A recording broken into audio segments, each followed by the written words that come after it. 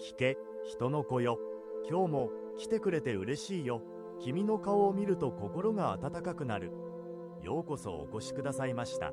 あなたはこれまで家族のため、誰かのためにどれだけの時間と優しさを捧げてきたことでしょう。時には自分のことを後回しにし、眠れぬ夜を越え、それでも笑顔で前に進んだ。その姿を私は何度も見てきました。あなたが守り続けたものは尊くて美しくて誰にも真似できない光でした。あなたの手は頑張ってきた証でいっぱいです。どうかその手にありがとうとそっと言ってあげてください。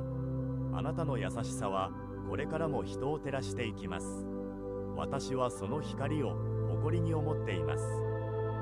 最後までご視聴ありがとうございます。